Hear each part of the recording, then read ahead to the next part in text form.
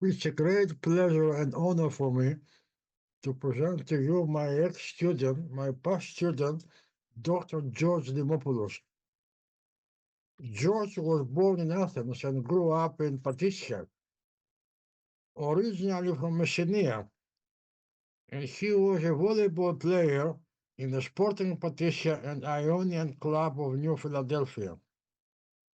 He completed his studies in chemistry at the Department of Chemistry of the University of Athens and received his PhD in Chemical Engineering Department of the National Technical University of Athens. He is former Deputy Regional Governor of the Central Sector of Athens from 2019 to 2022, and currently he is the President of the Regional Council of Attica. He was Deputy Mayor of Cleanliness and Environment of the Municipality of Athens, where he has created the recycling infrastructure of Athens, the processing of waste at the mechanical recycling factory, the program for the protection of stray animals, and the organization of volunteer movements for the protection of the urban environment. He is the president of the Union of Greek Chemists, president of the Institute of Pharmaceutical Research and Technology, and elected municipality councillor in the municipality of Athens. Just for your information, also the first speaker was my past student, Yasu Nico. George, your floor is yours. Okay, thank you very much, Honorable Professor, Mr. Adonis Kalogerinos, dear colleagues, distinguished guests. Really, it's an honor for me to be the coordinator for this session, for the session of environmental sustainability and energy strategies. As Athens Call Athens is an international network, and of course has the key role to formulate these policies through the scientific knowledge useful for the future of the planet and our society.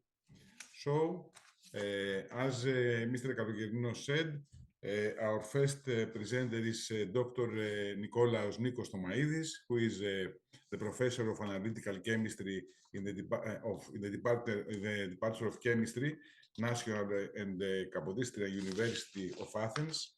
And he has a research activity for many years in analytical chemistry, with some applications mainly in the environmental and food applications, summarized in many, of course, articles and many presentations in international conferences. So, Mr. Thomaidis, we can start this session.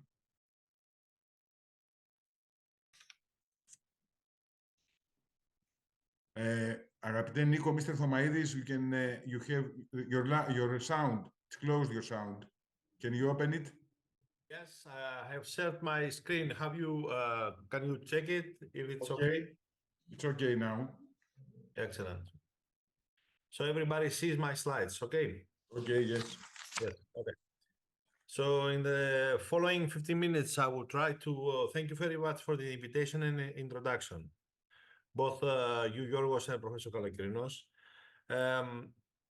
In the following 15 minutes, I will briefly describe how we are developing methodologies and applying them in the environmental samples in order to protect the environment, reveal the hidden pollution, and try to, let's say,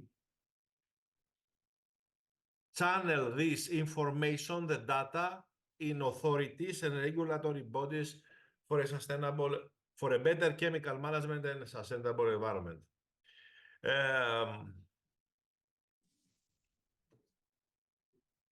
Okay. So the problem is the following. Has the slide changed? Have you seen the change in the slides? Yes, yes. Okay, excellent. So the problem is as follows. In the environmental monitoring campaigns, we are focusing in a small part of chemicals known as the tip of the iceberg. The known chemicals are either the priority pollutants that are regulated with the legislation, very small part of this tip, and what we call emerging contaminants.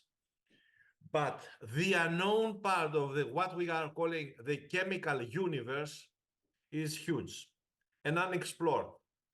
And in order to reveal what is hidden, we need methodologies and techniques that are giving us a number of diagnostic tools and the sensitivity and selectivity for the identification and determination, quantification of this hidden pollution.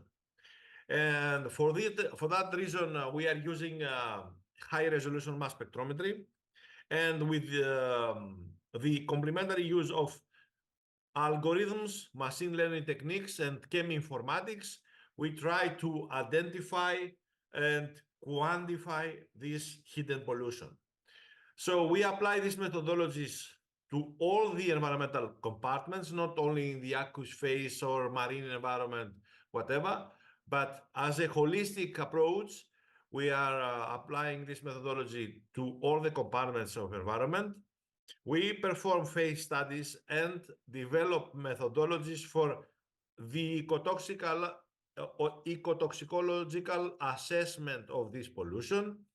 And the data produced is disposed in repositories and shared with the authorities, the European authorities like ECHA, DG Environment, and EU EPA, Environmental Protection Agency. And then we are trying to lobby the take of action.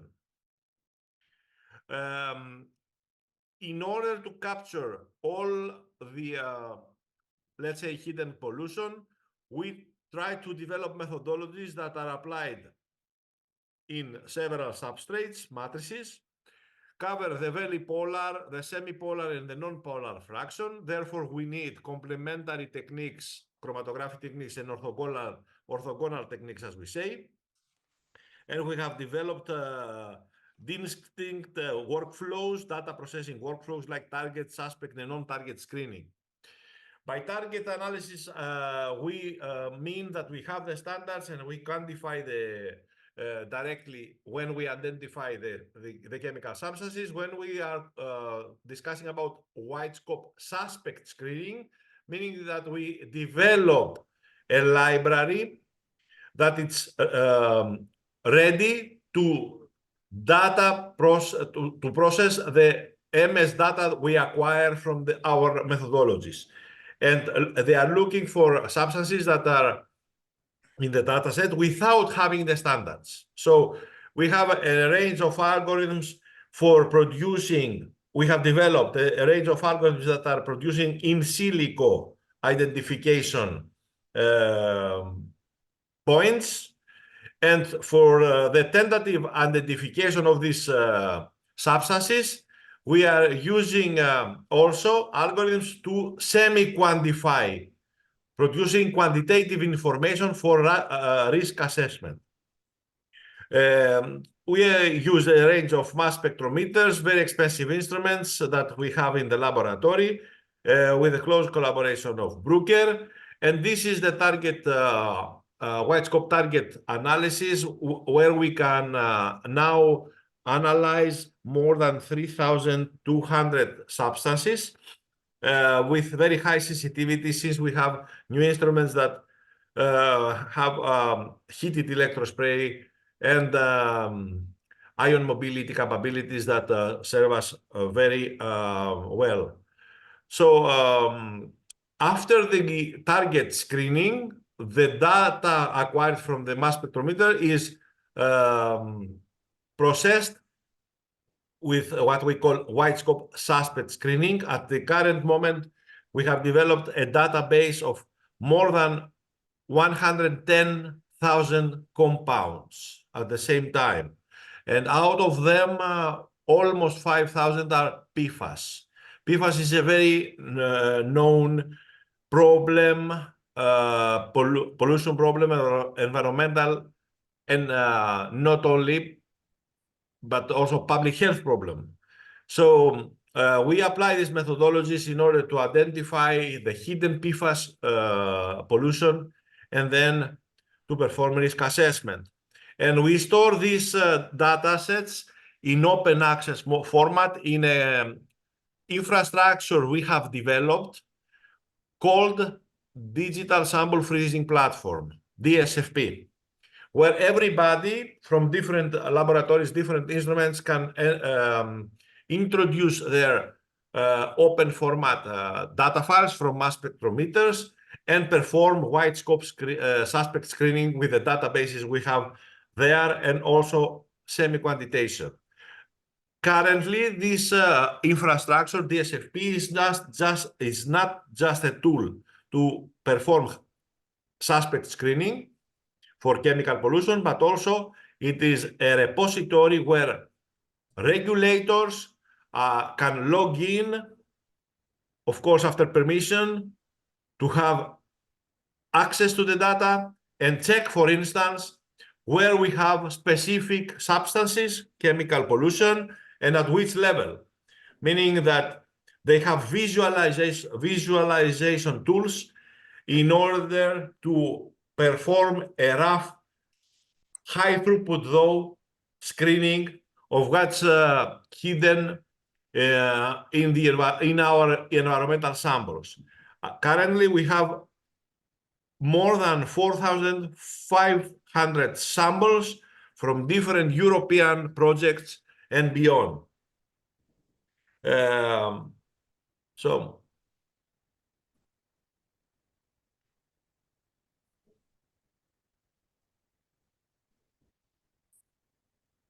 one moment. Okay. Can you see my screen? Yes, ναι. Okay. So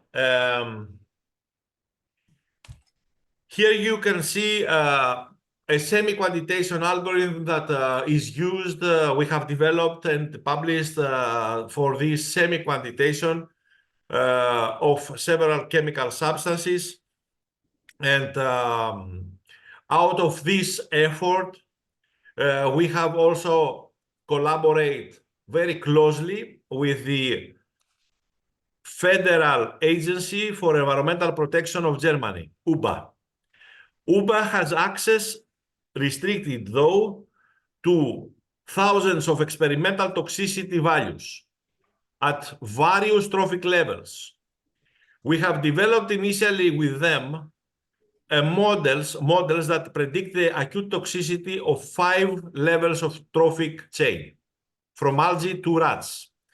But currently, we have been able to develop, with the data we have acquired from their support, a new tool called ToxAI, which can provide the endpoints, the toxic endpoints of 105 organisms, from very low trophic level up to mammals and humans. And not only that, but also we have integrated in this, let's say, platform, the biotransformation part of what is hidden in the environment.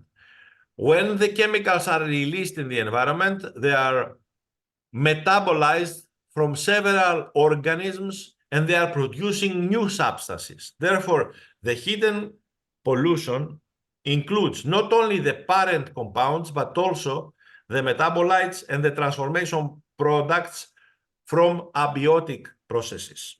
Therefore, we have developed this tool in order to support regulators to check very quickly what are the consequences of our findings. All these methodologies have been applied to several European projects and national projects. Some emblematic are the following. Life Apex project included the analysis of almost 200 samples from the first tier from European specimen banks and natural history museums, where we analyzed thousands of chemicals.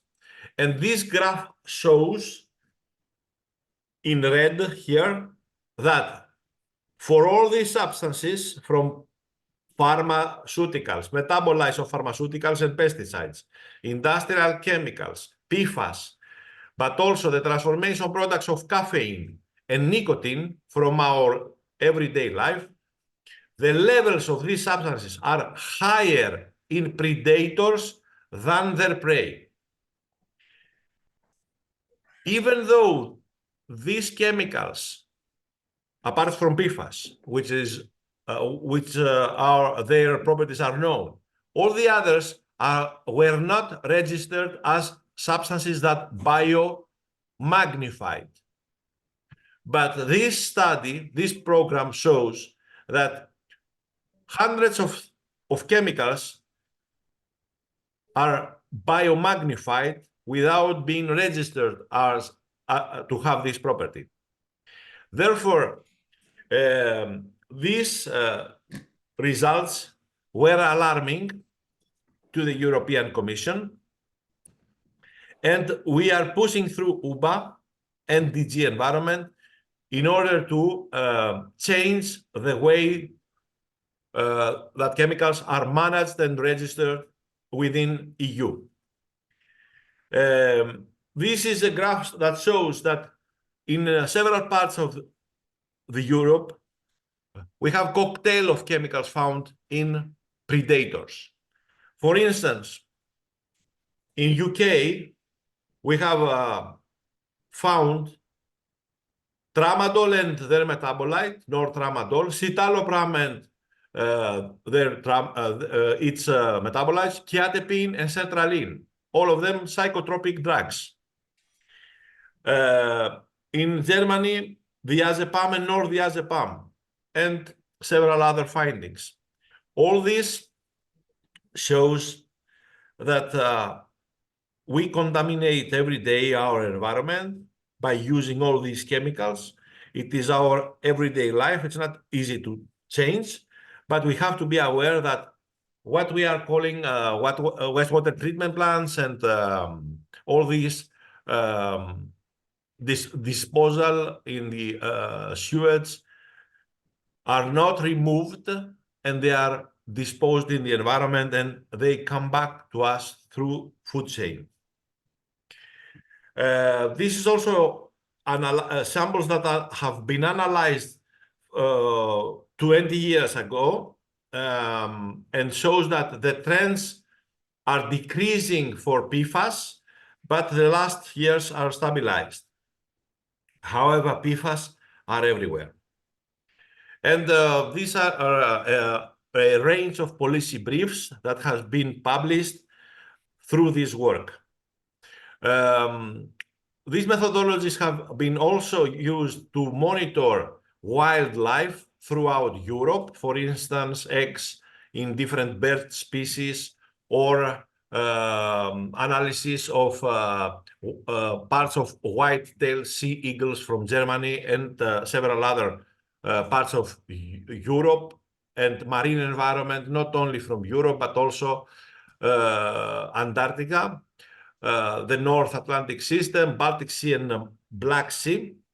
And now what we are, let's say, supervises the analysis, the collection of samples and analysis of samples from the terrestrial environment of Europe, from 20 countries, in a project called TerraChem, where we will like to see if we can understand the link between the chemical pollution we will find with the damage on the terrestrial biodiversity, and of course to promote and produce some briefs, policy briefs for efficient environmental management. Of course, the overall goal is to prevent this chemical pollution, which is not very easy. I have already said so for Antarctica and the North Atlantic system and Baltic Sea. And I will show you also two slides from two natural disasters. One is due to the ongoing war between Russia and Ukraine. We were sampling, in any case, Dnieper for some years ago. And 1 year ago, there was a fight and bombing and the destroying of a dam there, which resulted in a big flood in a huge area near the delta of Dnieper.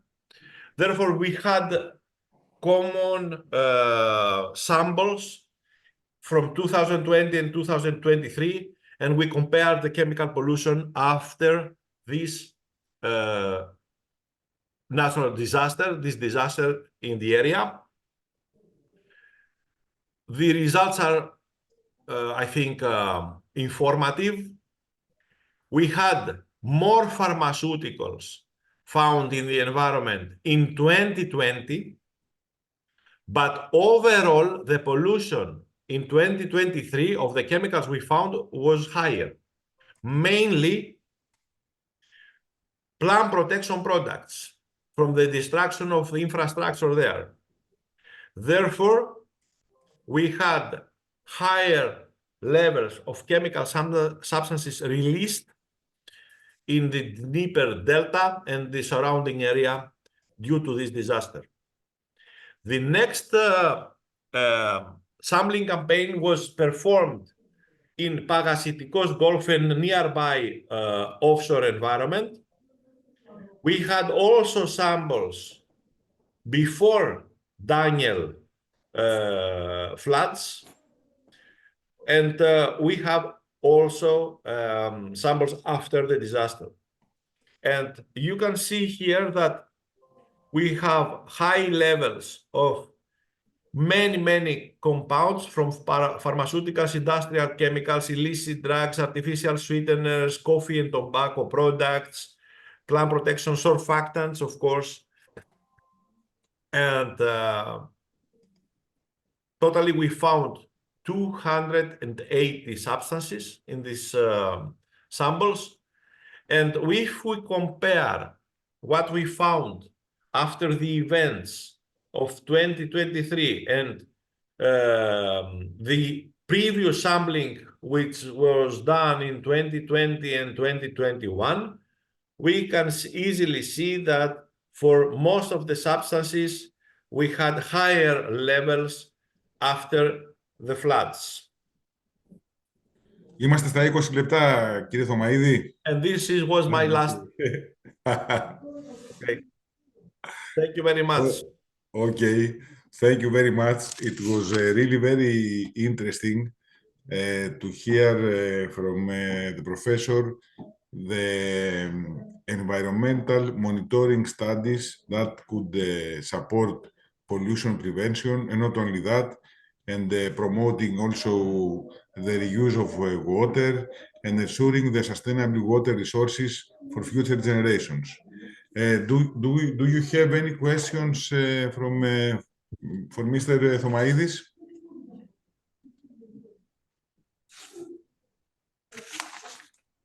Okay, let's proceed. Let's go on with the next presenter, which is Mr. Konstantinos Drougos, who is between all the head of Oasis Carbon Management Group and advisor to Euphoria Fund. And of course, he has served also as an advisor to leading think tanks, corporations in energy and finance, and non-profit organizations. And I think that this topic is very interesting, the carbon management. And I think it's very critical, not only for the future, but for our present. Mr. Drougos. We cannot hear you. can you open your sound? Κύριε Δρούγο, Mr. Δρούγος, δεν σας ακούμε. Can you open the sound?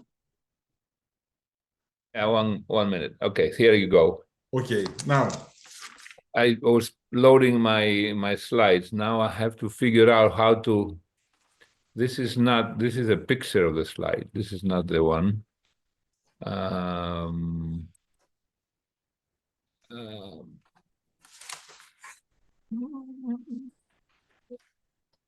It's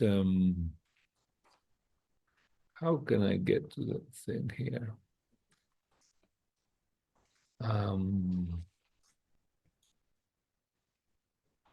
I need to go into the document. Mr. Drugos. Yeah. I got it. Okay. I found it.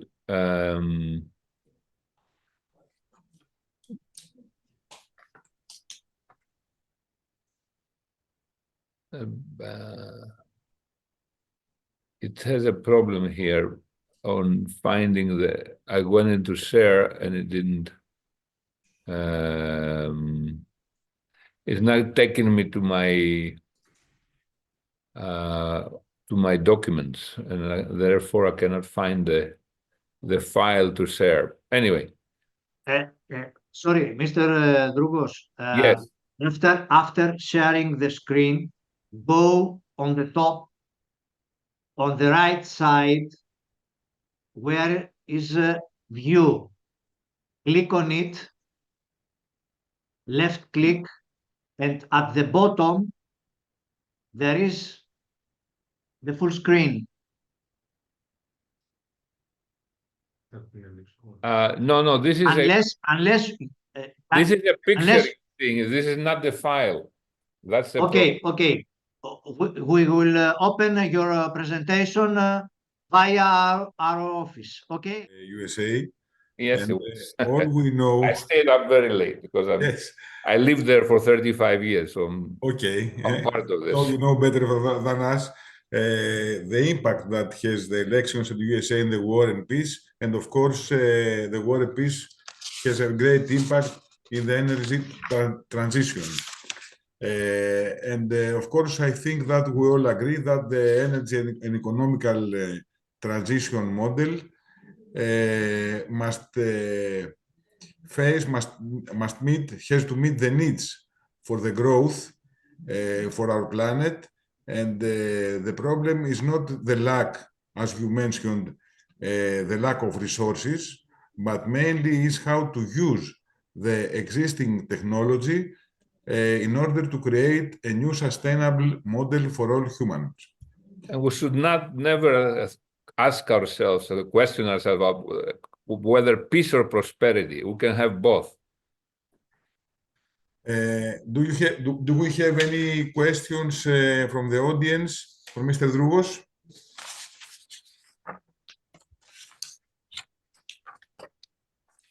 Okay, let's go on with the next presenter, who is Professor Nektarios Nassikas is here. Professor Nektarios Nassikas? No, she said... No. Mr. Dimopoulos, the next speaker will be Mr. Dionysis, the Professor Dionysis Mouzakis, in the place of Professor Nassikas, who is not able at the time now to be present. The professor? The Professor Mouzakis Dionysis from Military Academy of Greece. Okay. Okay. Dionysis Mouzakis. Okay. Or Dennis. Okay. Can you? Yes, I can see you, Professor Mr. Mouzakis. Good evening, Mr. Chairman. You are coming from Laboratory of Mechanics of Materials to the Hellenic Military Academy of Athens. So we are here to have you as presenter. Please. Thank you very much, Mr. Chairman. Thank you very much all the committee for giving me the honor to speak to this esteemed conference with a strong now tradition. And I hope you can see my slides clearly now. let me hide the one screen. So I hope they changed correctly. So I'm here to propose a problematic and maybe some easy solutions or maybe some not for the problem of plastic packaging. And it is, I think, high time, I think I will persuade you to that, to take some important measures to save the future of this world. So to begin with the first question, how much plastic actually we produce nowadays? The global plastics production has risen from the 1950s 200 times. I mean the 1950s because, as you all know, of course, there was a mass production of plastics and polymers for the first time to many applications of modern life.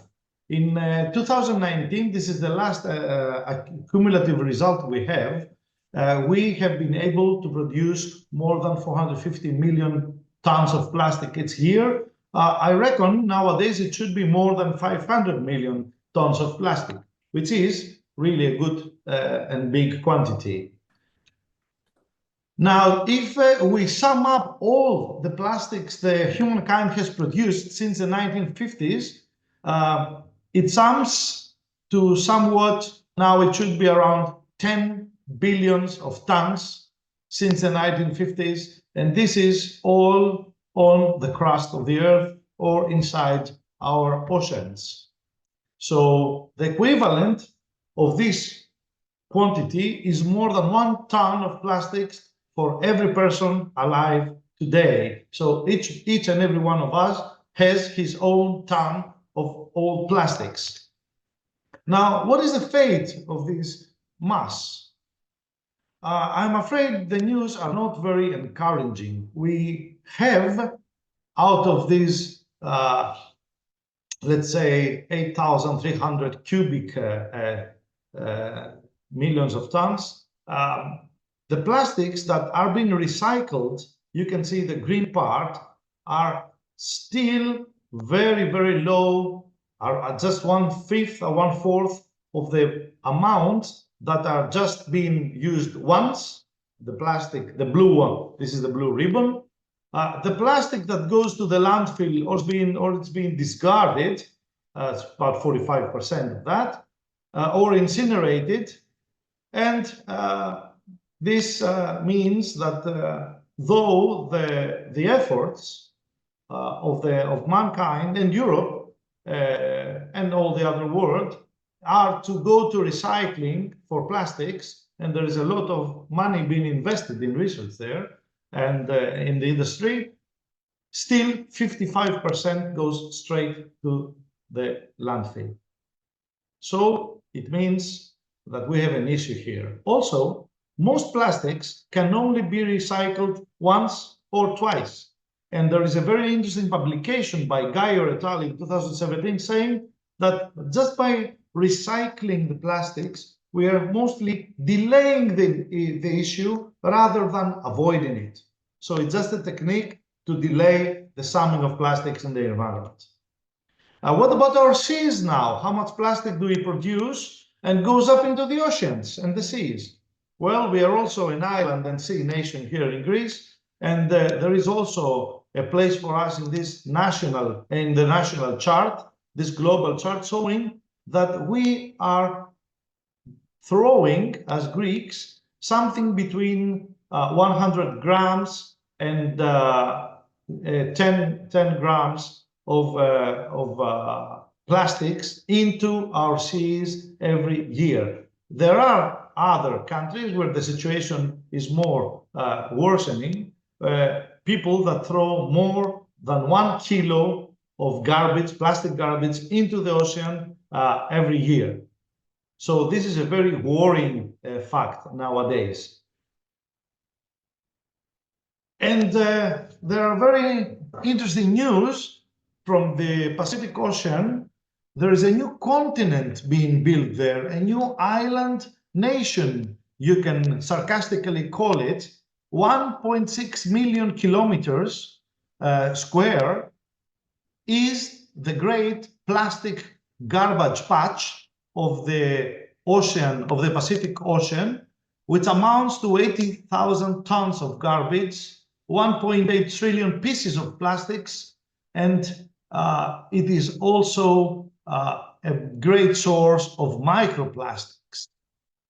46% of this patch is fishing gear, is fishing nets and fishing foam. From satellite data, we know right in the center of the Pacific Ocean, there are two main patches and a convergence zone. So yes, we can speak that in a few years from now, if we don't do something, we shall have a new plastic island, almost the size of the United States, right in the middle of the Pacific Ocean.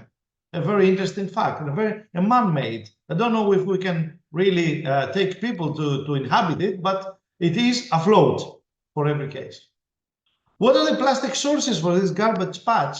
As I mentioned, it is about 80,000 tons, out of which 41,000 tons amount for plastic lines for fishing, ropes, and fishing nets.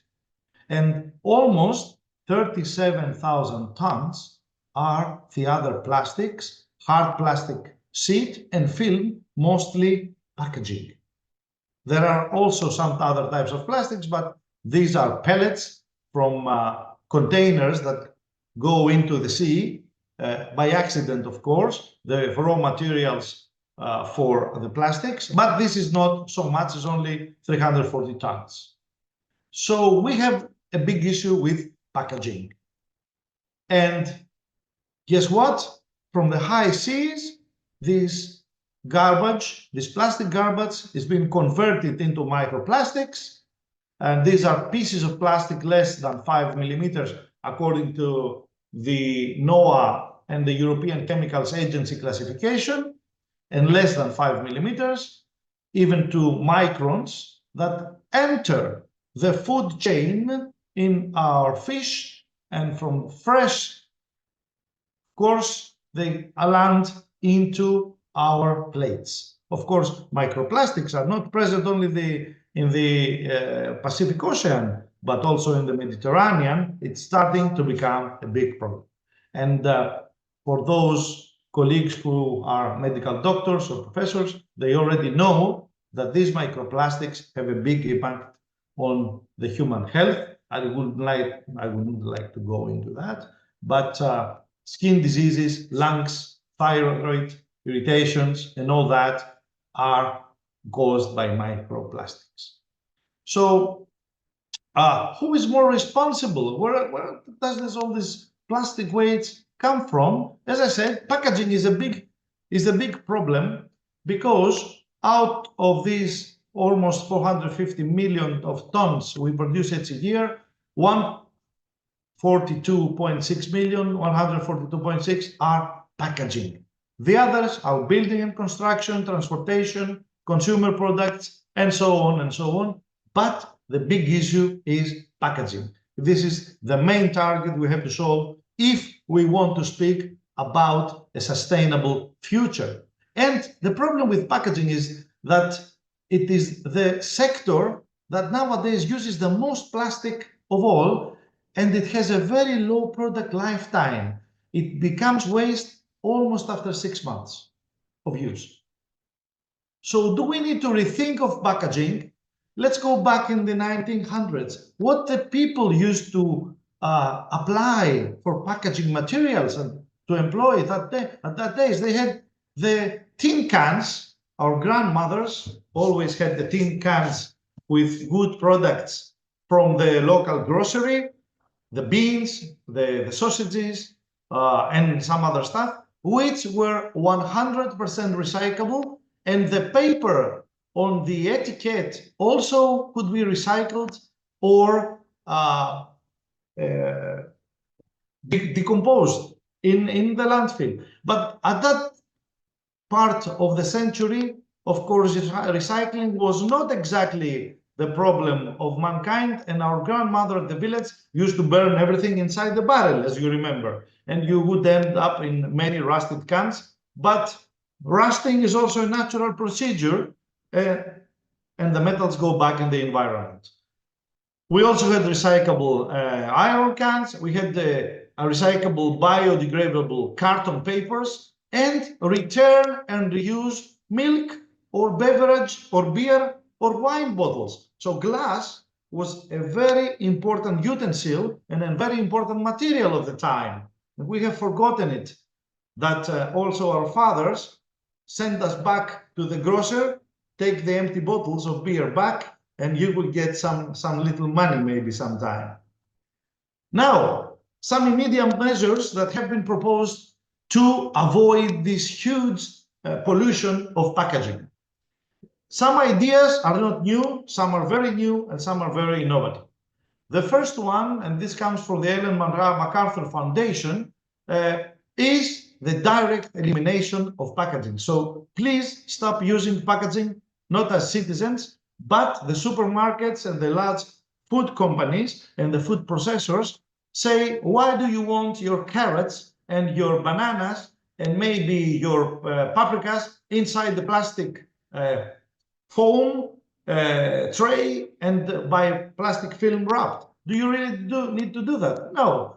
Use, instead of that, a label, an etiquette which is recyclable, and you avoid all this fuss. So this is a very good idea. Eliminate packaging where you don't need it. Another innovative idea is to laser mark the potatoes or the apples, laser etch it, so you don't need the self-attaching paper glue etiquette for your product. That's another clever idea. So you don't need your apples to have this small tag. Refills. This is the old idea of the glass bottle. Use refills to your home detergents, your liquid soap. You don't have to throw away the dispenser. Just use a recyclable plastic bag with a refill. Return and reuse, also an old idea. The milkman. Use the glass bottle, use the egg carton again, use some of the other plastic containers for liquids, detergents, or some of the cans that are glass cans for other products. So this is also a very good idea. And there are companies that use the initiative and go into this initiative for return and reuse. But this also means the citizens have to cooperate with this mentality. Now, where do we stand? Of course, plastic recycling, we should not abandon that, even if we saw that it's not so much effective. Greece stands right in the middle, in the average of the European Union at 38% plastics recycling. There are better nations than us. The Netherlands perform at 57%, and Malta is down to 10%. So there is better, there is worse. We do good in Greece. We should do a little more better. Recycling is still an important weapon in improving our future environment. Now, other nice ideas is to offer composting packages like this one from Yorkshire Tea. When you use your tea bag in the hot water, after that, you can put it in a composting container and in the event and procedure, make good, nice soil for growing your flowers or some vegetables in your garden. This is a self-composting packaging. Or substituting materials. Hexel Pack makes now a padded envelope and packaging system from honeycombs, or even better, Climacell can keep food and medical products insulated in this totally recyclable insulated carton packaging. Bio is still an important word. We have biodegradable plastics like PLA, and we have bio-based but non-biodegradable plastics, which are entering year by year the market, but they are still not more than 6,000 or 7,000 tons compared to the immense 450 million tons of plastics. But the use of bioplastics is still going to give us some future solutions as soon as we are conscious consumers and citizens. And yes, we have to think of using more and more and more as citizens, as consumers, and as, of course, business entrepreneurs, if possible, to go into looking back at our packaging and use materials that are environmental friendly and will not compromise the future of the children of the future and this planet, of course, and ourselves.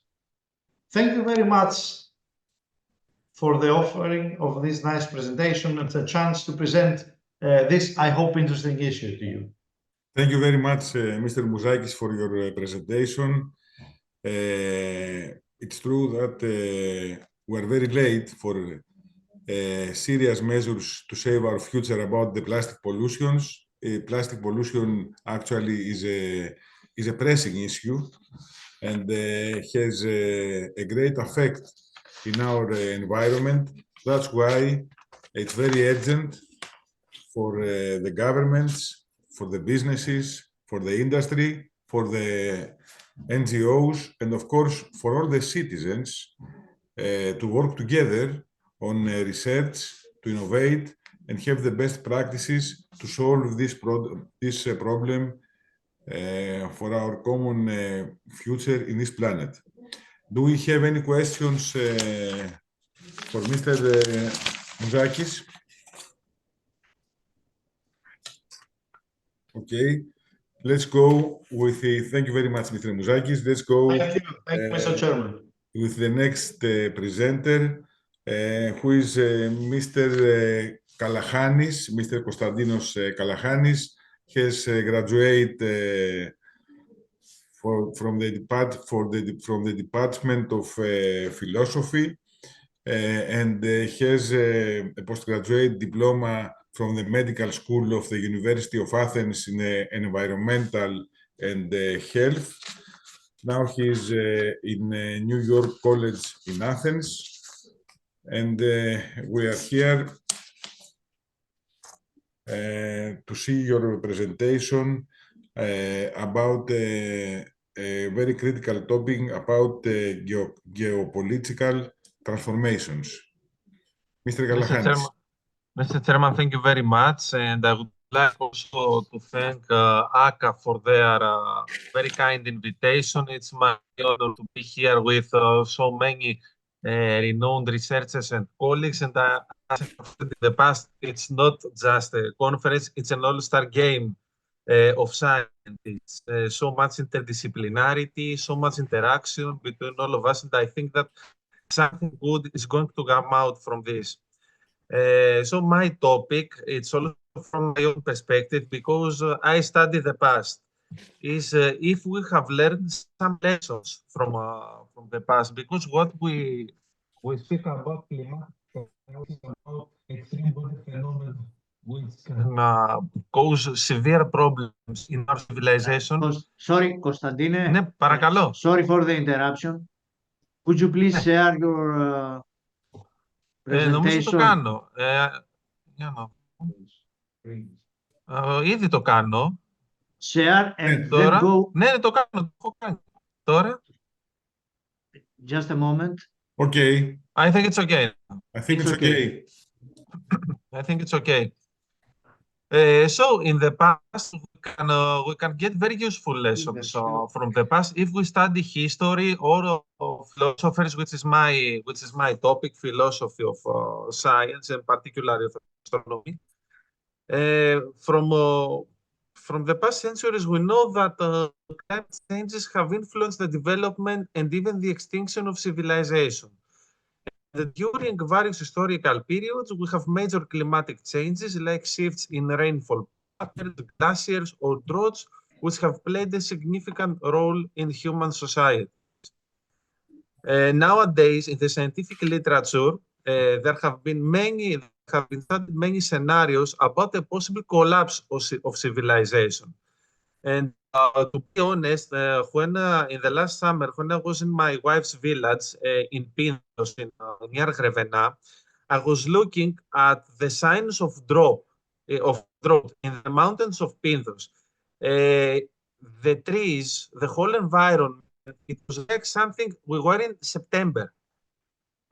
All trees should have been green, but instead of them, I thought we were in September.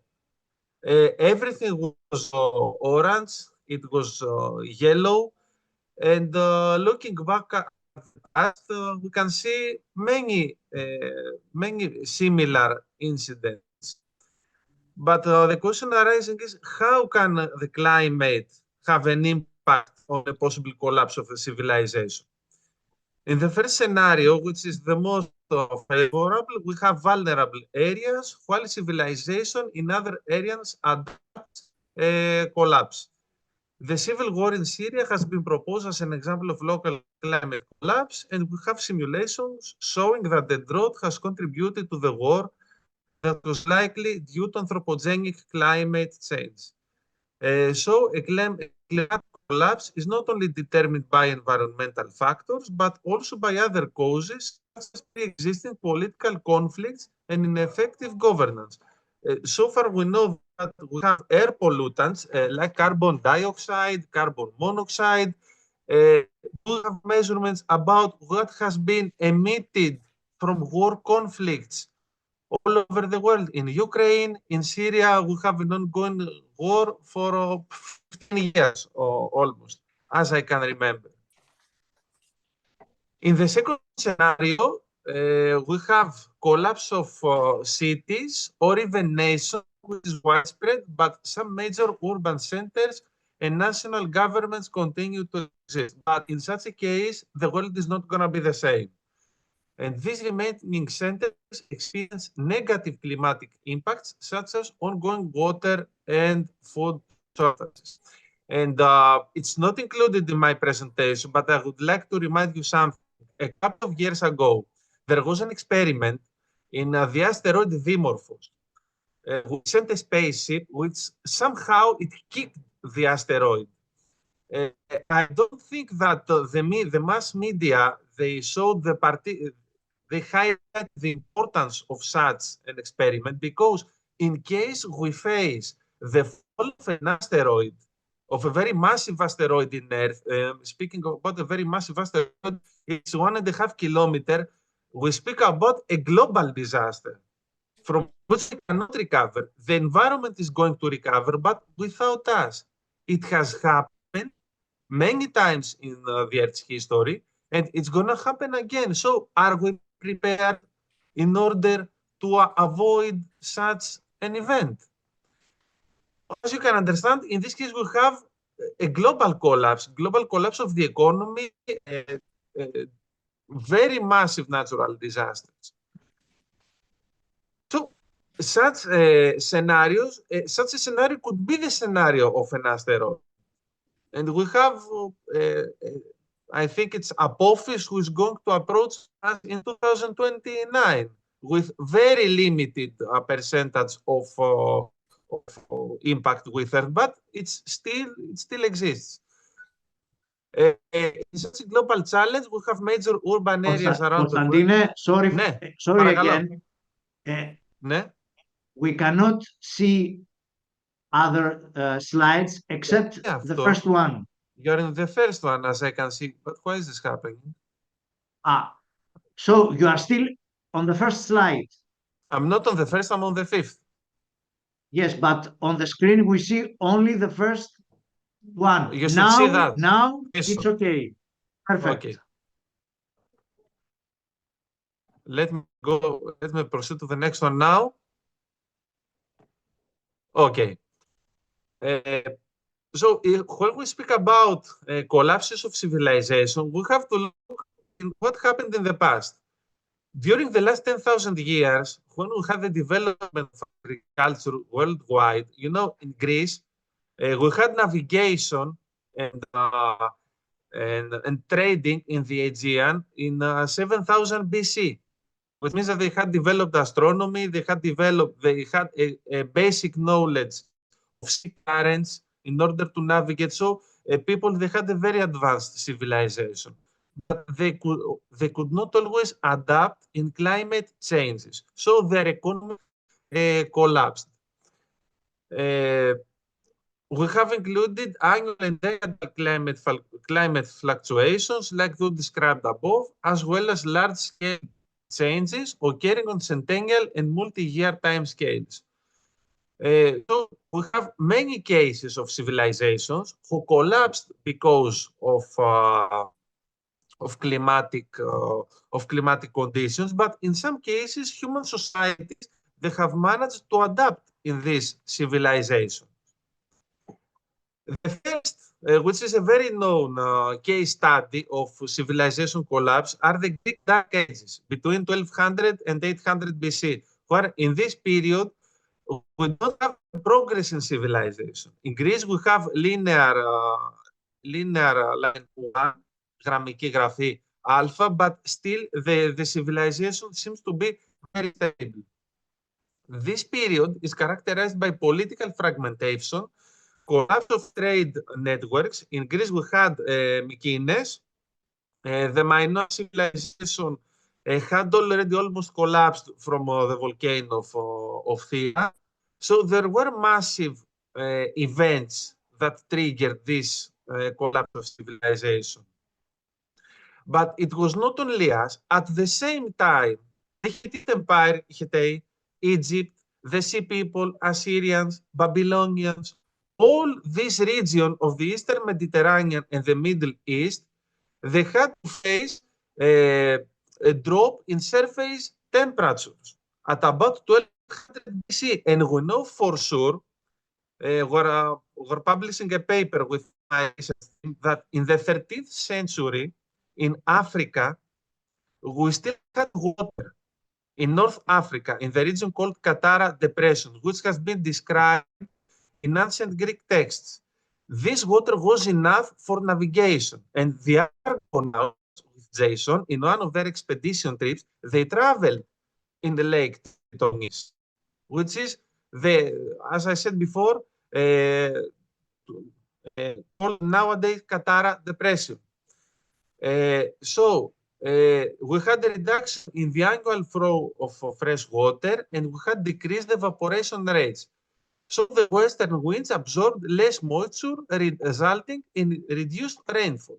So agriculture drops, the economy drops also, and the only people who managed to survive, to have an economy still alive, were the Greeks, because they had trading, and also the Egyptians also. They had the sea. The Babylonians, the Hittite, they did not have the sea for trading.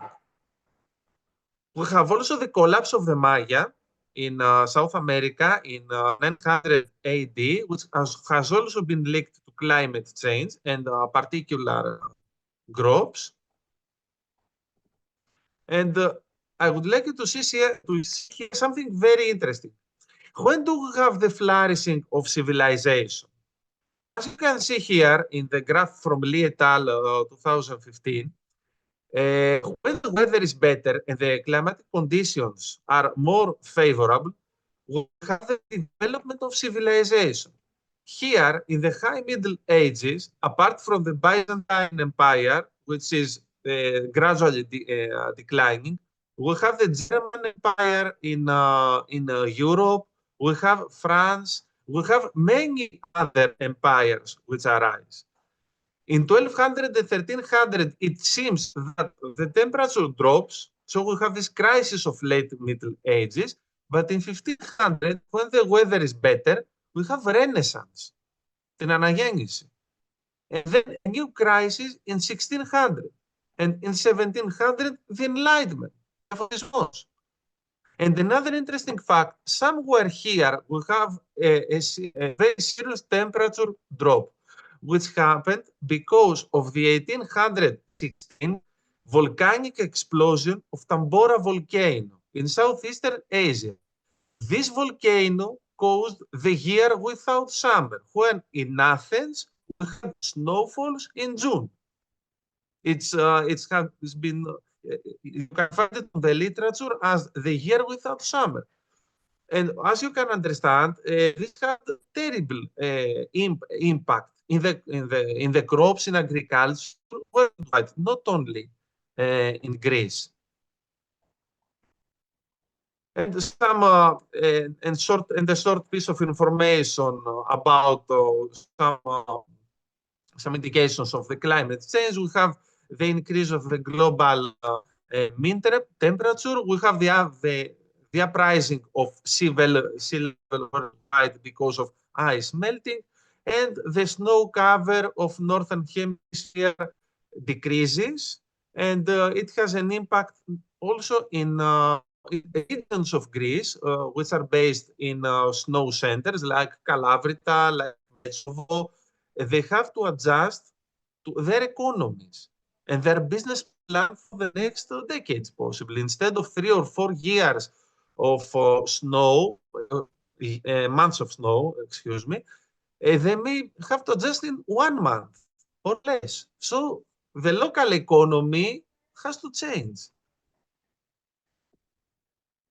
Also, in ancient Greek philosophy, we have descriptions about more local climate changes. Theophrastos, who is a successor of Aristotle, and he was specialized in climate, he mentions that in specific time periods, intense weather phenomena occur, such as severe winters with heavy rainfall, contributing to high levels of moisture and flooding.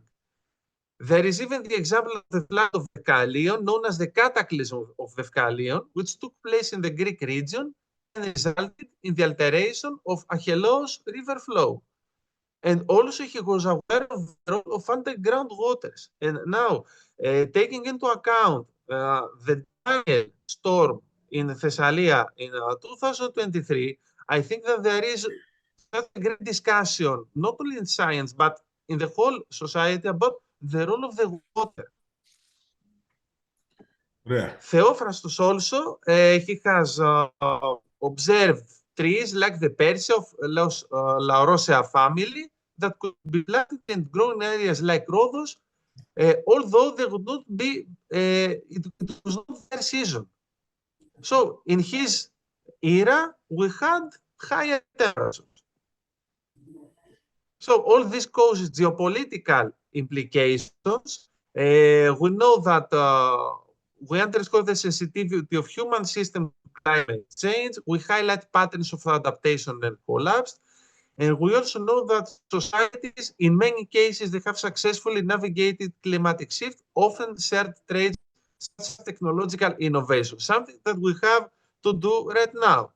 But speaking in a more geopolitical context, we have the importance of resilience and adaptability. So this means that we all have to work together as a European Union, as United Nations, but it's something that it affects all of us.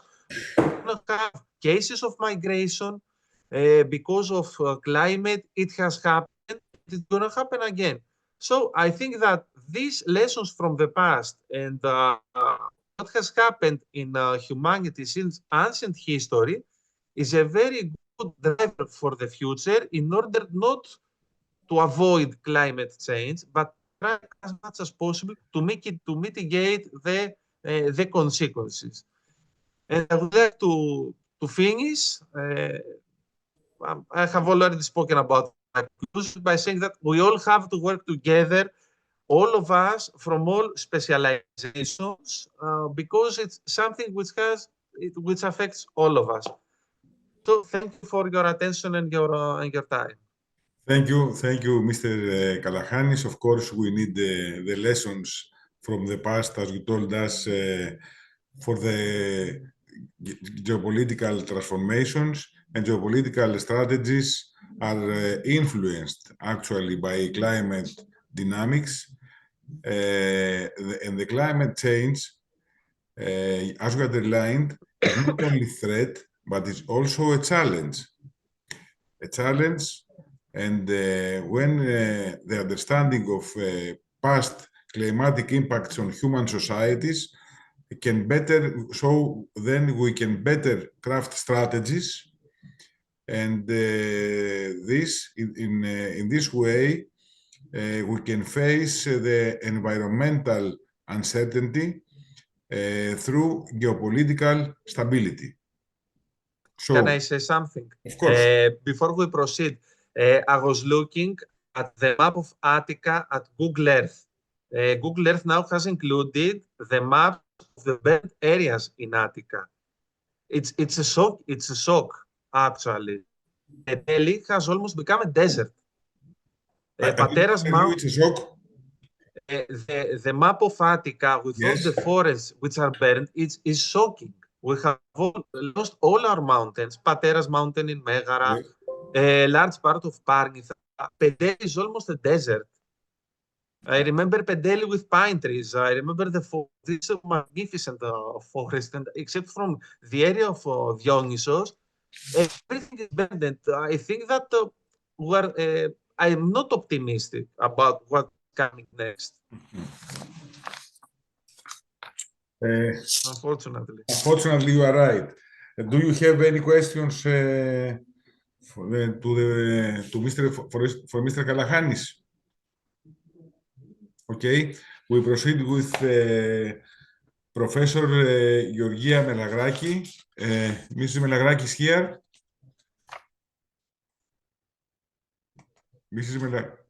Yes, hello, I'm here. Can you hear me?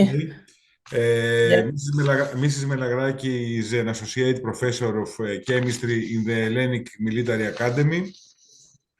She has received her bachelor in chemical engineer and then her PhD in material science and technology.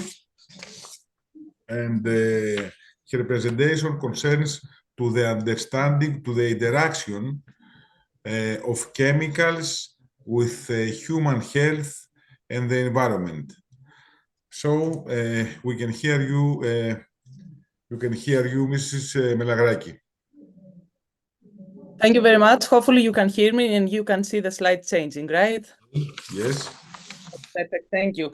Thank you very much for the kind introduction. I would like to also cordially thank the organizers for the invitation. This year's topics are really very interesting, and it is actually my honor to be here and give my presentation among such distinguished speakers and participants. So thank you very much. So actually my presentation today is focused on understanding the environmental and health impacts of chemicals through in silico studies. So this is the highlight here. And as you already know, chemicals can enter the environment through various pathways, including, for example, as illustrated also on the figure here, industrial discharges, agricultural runoff, or consumer product use, leading inevitably to a widespread contamination of air, water, and soil. Once in the environment, of course, these chemicals can persist, they can transform, they can bioaccumulate, posing potential risk to ecosystems and human health. And once in the environment, human exposure is also inevitable. So human exposure to harmful chemicals can occur through multiple routes. The effects of chemical exposure can range from acute toxicity to chronic health issues such as cancer, reproductive disorders, and endocrine disruption. And the multiple routes of exposure to harmful chemicals include, among others, ingestion of contaminated water, for example, or food, inhalation of polluted air, or through dermal contact, for example.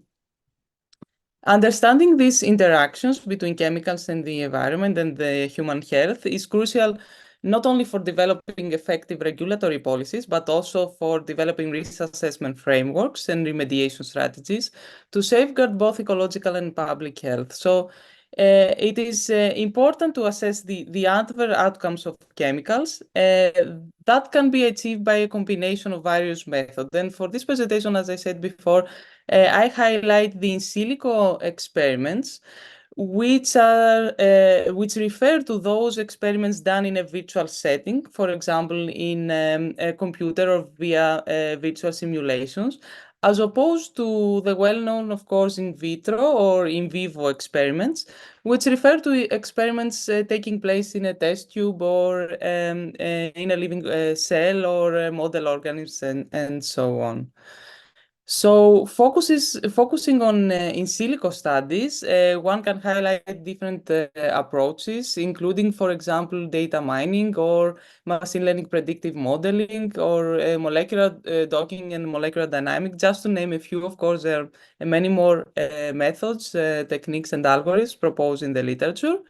And these techniques enable the identification of potential biological targets, for example, as well as the assessment, of course, of the activity, the toxicity, the ADME profile. ADME stands for absorption, distribution, metabolism, and exertion of chemicals, the environmental fail and transport of chemicals, the exposure, concentration of chemicals, and so on. Among the different methodologies and in silico approaches proposed, data-driven predictive models have a predominant role. So different data sources to retrieve useful information for in silico studies need to be evaluated. One should search the various chemical and biological databases already available. There are several freely available online at this moment. We need to see what the data are there, where these data come from, of course, and we need to be in a position to find and download the data required. A key aspect at this stage is the so-called verification of data. So data need to be findable, need to be accessible, interoperable, and reusable to support the development of robust and predictive in silico models and tools. So it is then the different in silico predictive models and tools that come in and develop and used to predict the adverse outcome, facilitating the identification of compounds with lower environmental risks. Environmental fate models are also important to stimulate the distribution and the degradation of chemicals in various environmental compartments. These models incorporate parameters such as physicochemical properties, environmental conditions, degradation pathways to predict the long-term effects and behavior of the substances studied. So for the next few slides, I will focus on specific examples of in silico studies, including computational models and simulations for a specific chemical family, specifically for studying the environmental and health impact of per and polyfluoroalkyl substances, well-known PFAS substances. These substances are known for their persistence, bioaccumulation, and their potential adverse effects, of course, on the ecosystems and human health. And these pose significant environmental challenges, so they are key compounds currently under study, both within silico as well as wet lab experimental techniques. These substances, PFAS, often referred to as forever chemicals due to their resistance to degradation, and are widely used in a great range of industrial application and consumer product, leading to their ubiquitous presence in water, soil, and biota. You can see on the map at the top right of the slide the widespread and very dense PFAS contamination in different areas in Europe. So there are long chain, the so-called long tail or legacy PFAS and the short chain PFAS. So this is a classification for these compounds. Actually, the PFAS can be divided in several subgroups based on the main chemical moieties present, but the length of their alkyl chain is critical parameter for classifying these compounds, these chemicals, and it is also found that it might be associated with their environmental fate and toxicity. And actually, over the past decade, PFAS have been increasingly regulated, and actually, EU Chemical Strategy for Sustainability aims to phase out PFAS in the EU. And actually, it is in silico studies that can contribute in the development of regulatory frameworks and risk assessment strategies by leveraging computational tools and simulations in order to assess the toxicological effects or the environmental fate of these persistent chemicals. In this effort, and as highlighted before, working with the development of in silico models heavily relies on the availability of relevant data.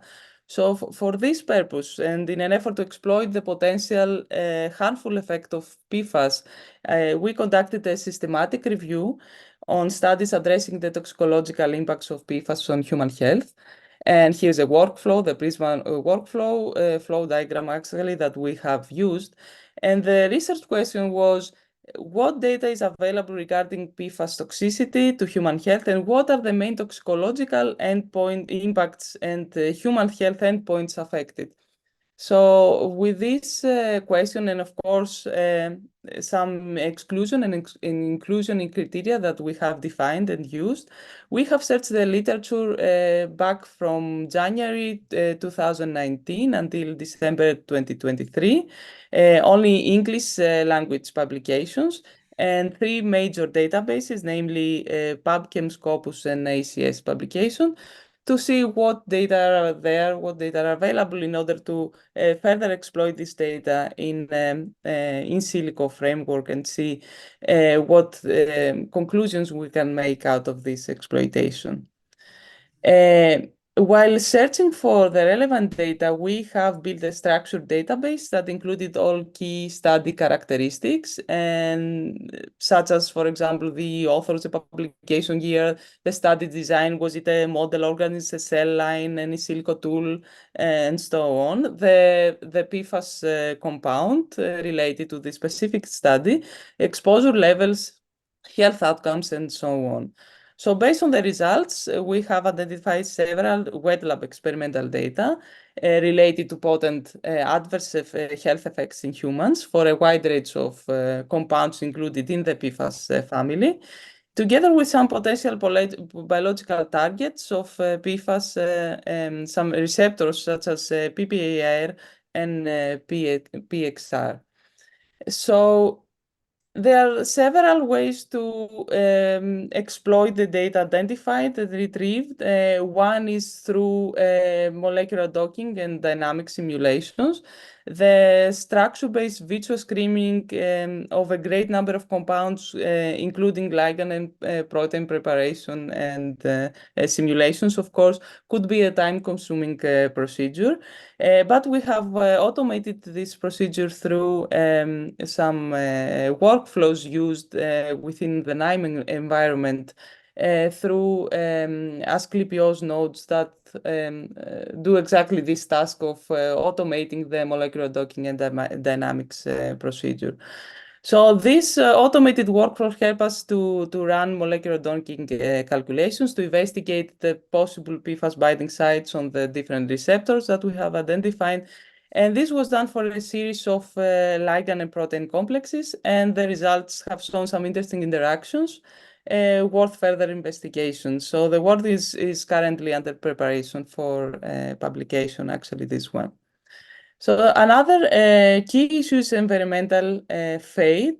So SimpleBox, developed by RIVM, is a multimedia mass balance model for evaluating the fate of chemical substances.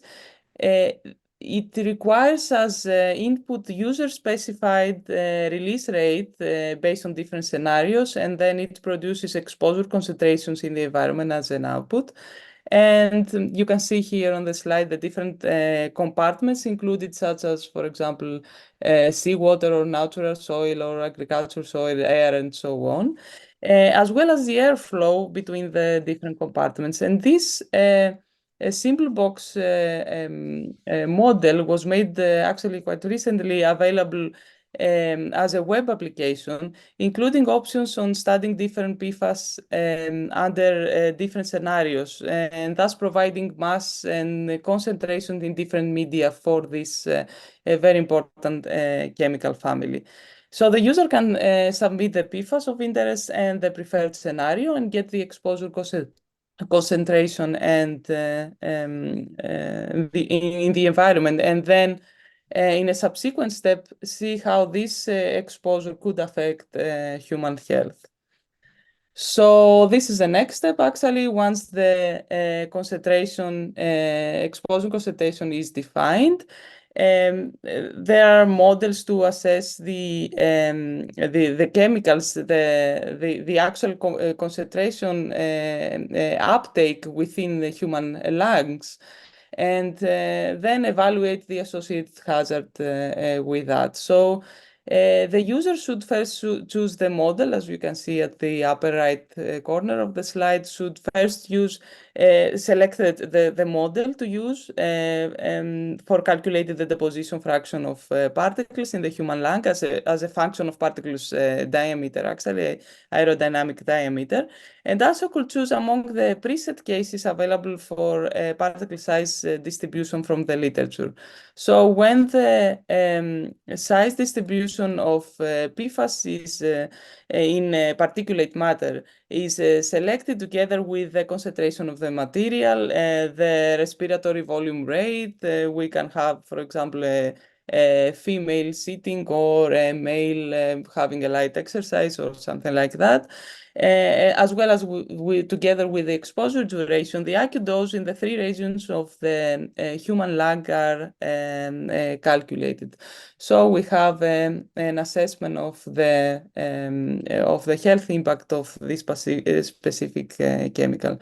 So this is a chain having the concentrations, the assessment of the concentrations, and then how these concentrations are ending up within or deposit within the human lung. And with this, I will maybe wrap up or summarize the combination of in silico tools with experimental data and somehow strengthens the environmental and health impact. So it is a complementary, let's say, methods together with the wet lab experiments. And these support actually the development of regulatory policies and strategies to manage chemical contaminations. But the key challenge here is to establish a so-called integrated approach to testing and assessment, and IATA, which could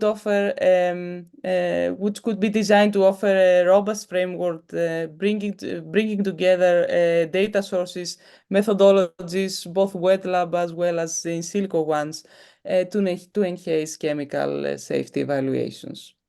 So that was all from my side. Thank you very much for your attention, and I'll give the floor back to you. Thank you so much, Mrs. Minagraki.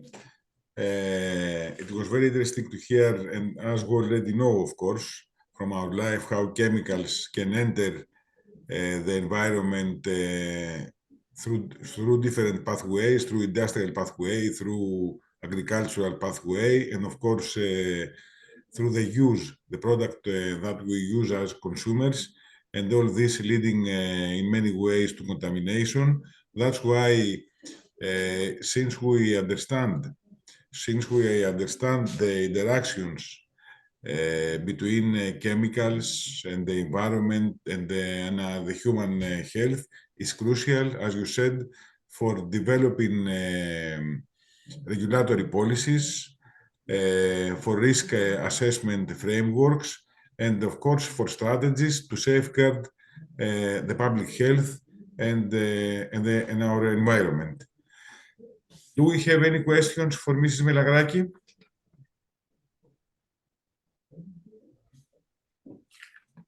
I have one. I've raised my hand. What? Is there I have a question as I've raised my hand. Yes, by May chat. I I have seen your question, but I thought because if you don't mind, it was very interesting your question about microplastics. Maybe it's not only for Mrs. Minagraki. Maybe after the two speeches that we have, we can discuss it. Is that okay for you? No, that's fine. Yes, of course. Okay, I'm thank here you. listening. Thank you. So you can go on now with Dr. Matheopoulos, Professor Matheopoulos, professor from the University of Patras, with PhD in cell biology from the Glasgow University. And Professor, we are here to see your representation about the effective environmental management. Mr. Thank you very Matropoulos. much. I would like to thank the organizers for their invitation, and my subject deals with the environmental aesthetics and hermeneutics in environmental management. Do you see the slide? Yes, we can see. It's okay. Okay, thank you very much. The aesthetic evaluation of our surrounding is linked to our interpretive ability. Aesthetic evaluation and interpretive ability are two main factors that should be responsible for effective environmental management. Capra stated that ancient civilization had set as the goal of science the acquisition of wisdom, the understanding of the natural order, and the effort to harmonize human life in nature. Taking the above into consideration, one has to deal with two fundamental issues. The one concerns with the structure of our environment, while the other with the harmonization of life into it. Our environment has not changed since its beginning. Bear in mind that natural processes reshape its external appearance, while other environmental constantly operates under natural principles. Life emerged and evolved over a period of almost 3.5 billion years. Self-organization and regulation processes render living organisms better adapted to the given environment. The process of survival requires a complex web of interdependencies that ensures continuous exchange of matter and energy through recycling. Under this consideration, one could rephrase the statement of Rozak into: the needs of our planet are the same as the needs of every member of ecosystems and, in consequence, of every person. Therefore, the rights of every citizen are identical with the rights of our planet. So, what are the commonly shared rights in our planet? We have to admit that these rights are not definitely defined by human standards. In the Middle Ages, scholars considered the environment as a well-tuned system. A major change in the so-called Cartesian thinking was the result of the introduction of the theory of evolution of species by Charles Darwin in 1859. Scientific data of the last decades determine that the universe is a constantly changing and evolving system into which there is a particular equilibrium of mutual relationships where the most complex structure derive from the simplest forms following a recycling course. This is not what the Pythagoreans stood for. The established equilibrium presupposes that all members, in particular the ones that are able to understand and discern a set of values designed by Skolimowski as intrinsic value, are able to perceive their surrounding in the best possible way.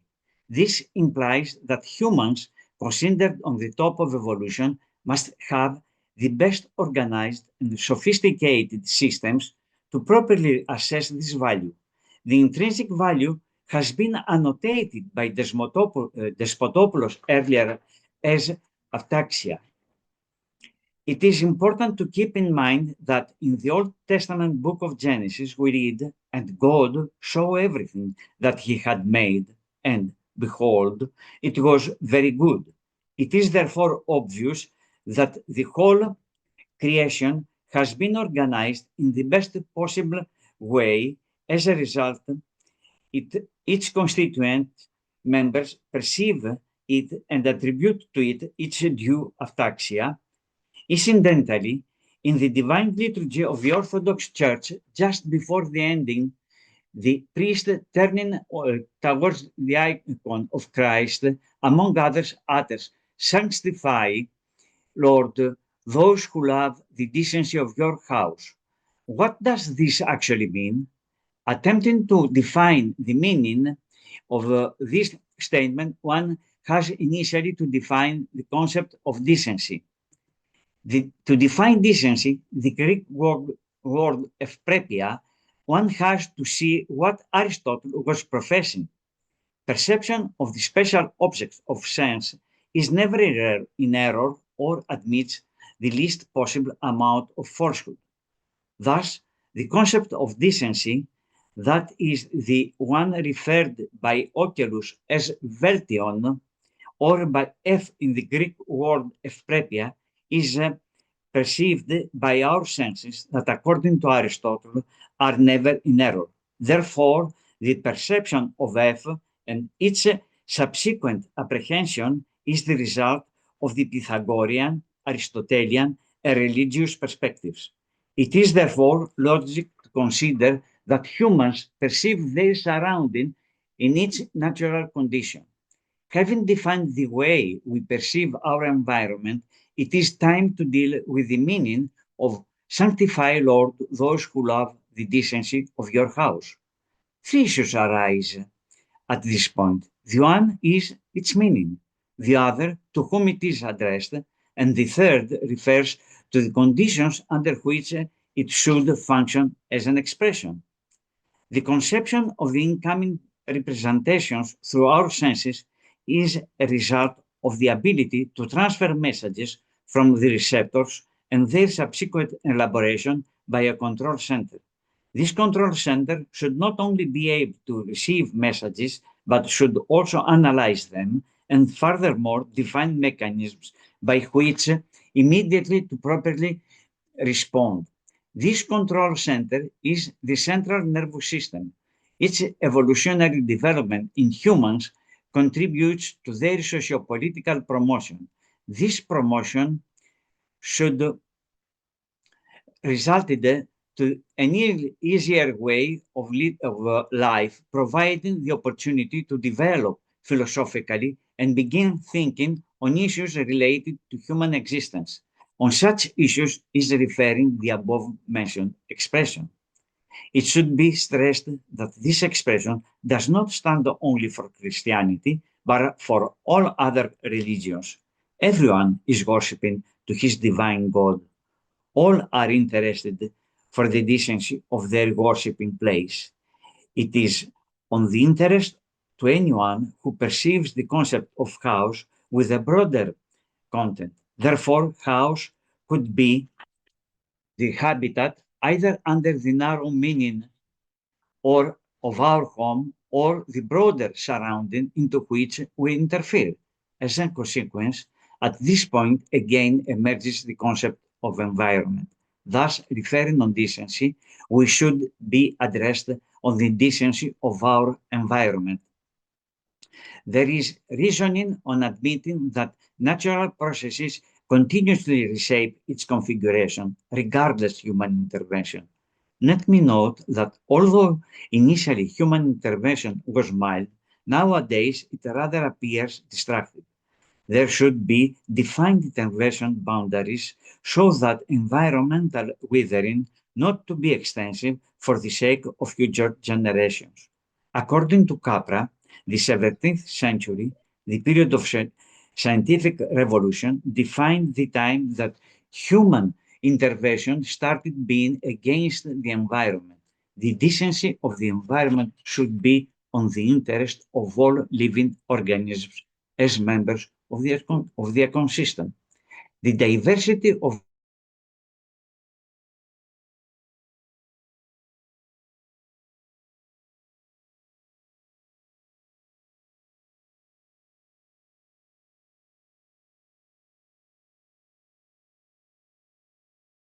Theopoulos. Please. Okay, now we can hear you. Okay, go. Oh, you can hear me now. Okay, Okay, sorry.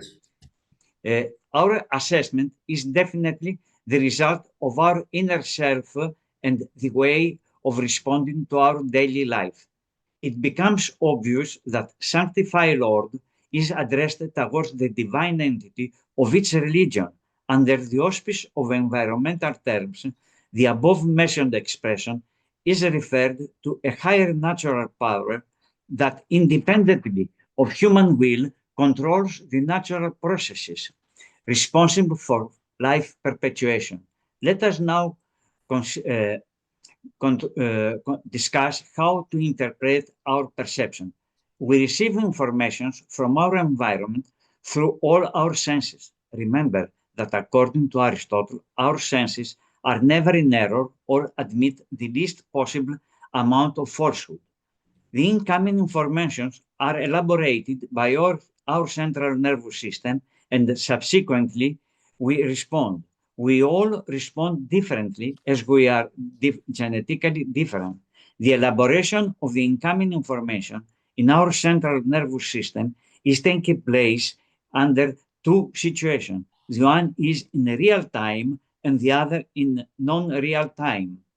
The first represents our daily life dependent by our everyday events in our surrounding, while the second one is dependent on our experiences. As a consequence, the assessment of the result of our inner self, our ethical status, being the outcome of the interaction between our genetic background and our socio-political environment. Assessment verification via colloquial speech or shape configurations of the incoming information in order to be presented constitutes hermeneutics. The ability to communicate is time-dependent, related to our education and experiences that shape our personality. It is important to remember that our personality is the driving force by which we express ourselves through the existing systemic methods of speech and art. In particular, referring to speech in the sense of the expressive ability of structured thinking, according to Wittgenstein, the excellent knowledge of speech, that is, the verbal expressive ability, is the basis of communication between people and their ability to externalize, that is, to interpret the perceived representation. According to Ricoeur, hermeneutics leads from preconception to the actual understanding with which we try to grasp a meaning through an interpretive process. In interpretation, several activities intervene that refer to the liability of the person who performs it, and thus this process develops relationships with moral values. The conception of the deeper meaning of any object presupposes the establishment of principles on the basis of which it will be achieved. Our expressive ability, in other words, our hermeneutic ability, has to follow defined rules in order to render the aesthetic evaluation in its true dimension. By aging, we all succeed to activate some sectors of our self-interpretation, that is, our inner self-ability to respond to the various stimuli we receive. Under these circumstances, notions such as dignity, correctness, practice, objectivity, and explication, which interfere into the process of interpretation, belong to what we all refer to as liability. Given the need for liability, the one who decides to perform the interpretation had to apply it on the basis of deep ethical values. Under this hermeneutical activity, the issue of interest is not on the interpretation per se, but on the interpreter's mental and ethical status, and in consequence on the personal aims and scopes. The correlation between interpretation and personality of the performer introduces us to the fundamental values that should govern the interpretive process. These values lean on both the philosophical side of hermeneutics and its relationship with ethics.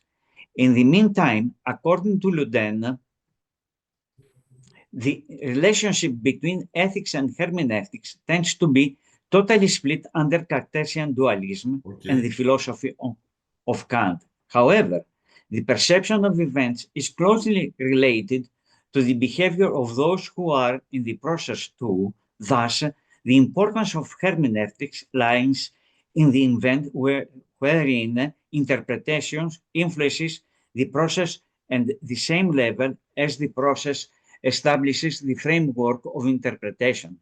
Bear in mind that everyone is a unique personality. Under no circumstances can we meet two identical persons.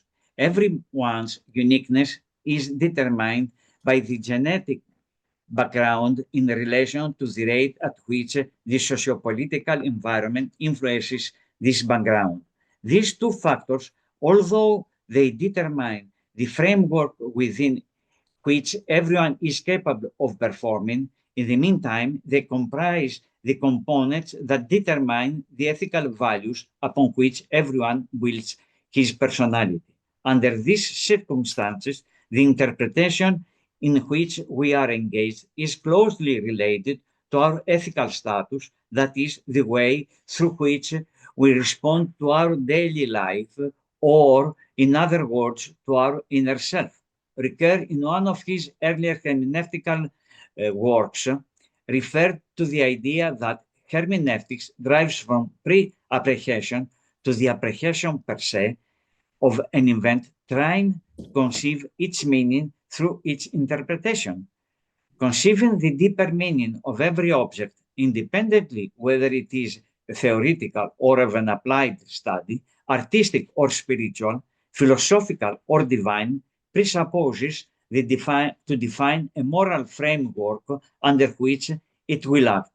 Leaning on the above institutional conception, we ought to participate in environmental management, being highly aware of the ethical values that have to govern the decision makers. Officials and private personnel involved in environmental management ought to withstand interventions upon taking decisions. Governments have to consider that the rights of every citizen are identical with the rights of our planet, and that these rights are not defined by human standards. The established environmental equilibrium under no circumstances must not be disturbed if we really care about the well-being of all living organisms. Thank you very much for your attention.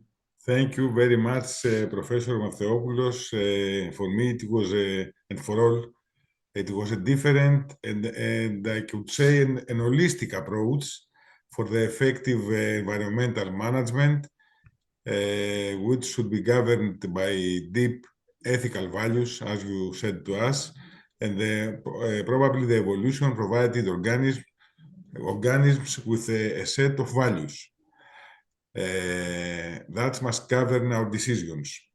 Do you have any question for Professor Matheopoulos? Okay, let's go to the final speaker, I think, which is Dr. Stavros Solomos. Mr. Dimopoulos, we have two more speakers.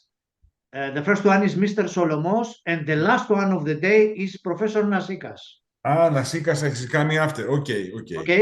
So we go with Dr. Stavros Solomos, senior researcher for atmospheric physics and climatology from Academy of Athens. And his research focuses on model development for atmospheric physical processes. I think it's update all this because all we know the problem of the climatic change and the impacts of climate change on cultural heritage. So we are here to hear you with very interesting. Thank you very much. It is always a pleasure for us in the Academy of Athens to participate in the Athens Conference. And this time we decided to present the installation of a new environmental monitoring station on the island of Delos, which is of great importance for the preservation of cultural heritage. So, as you all know, Delos is an exceptional place, one of the most important parts of the ancient Greek world. And however, it is a vulnerable landscape and includes precious ancient monuments built with different materials that need to be treated also in different ways.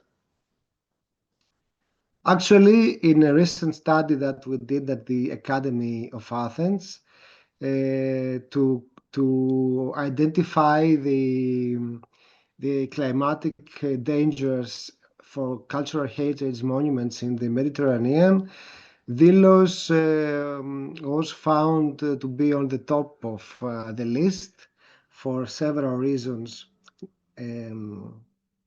including, amongst others, also important monuments in Greece, but also elsewhere in the Mediterranean.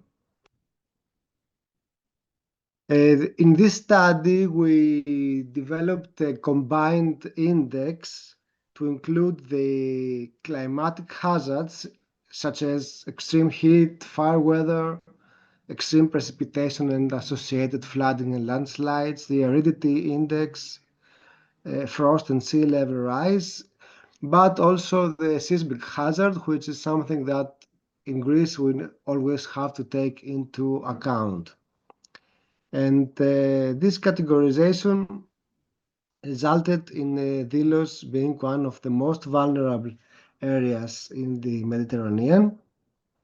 And actually, it is easy to identify the reasons, because already from pictures taken by the archaeologists on the site, we can see that, for example, the sea level rise has already occupied several coastal areas with important monuments. And in fact, the danger in the island of Delos is again combined. There is, of course, the climate change there and the air pollution, as we will see later. But there is also the seismic activity because the sea level rise actually is not only due to the climate change, sea level rise, but also to geological transformations and that take place in the region. Ναι. Τίποτα. Εμείς έχουμε πειθαρχική διαδικασία παρόμοια με τους στρατιωτικούς. Δηλαδή, εμείς μπορούμε να χάσουμε και τη δουλειά μας, ας πούμε, να κάνουμε τέτοια πράγματα. Δεν είναι απλό. Okay. If the moderator could please mute the other speakers. Anyways, when we talk about climate change and this type of analysis, it is good that we always... Sorry, Mr. Chairman, could you please mute the other? I kindly request from someone to close its microphone. Okay. It is important that we always talk based on scientific data. And these are our scientific tools, the models, the satellites, and the in situ, of course, instruments. So we decided to go to this island and install an environmental observatory there. First of all, a very detailed climatological study is taking place to include all the climate hazards and to go down at a very local scale of 250 by 250 square meter in the region, so we can identify the local area hazards in this place. And of course, this will lead to a management plan that can lead to some adaptation solutions for the archaeological area. Second, we have installed instruments and models to observe the long time records and observations on the area and create actually a track of observations that can guide the scientific knowledge towards this field.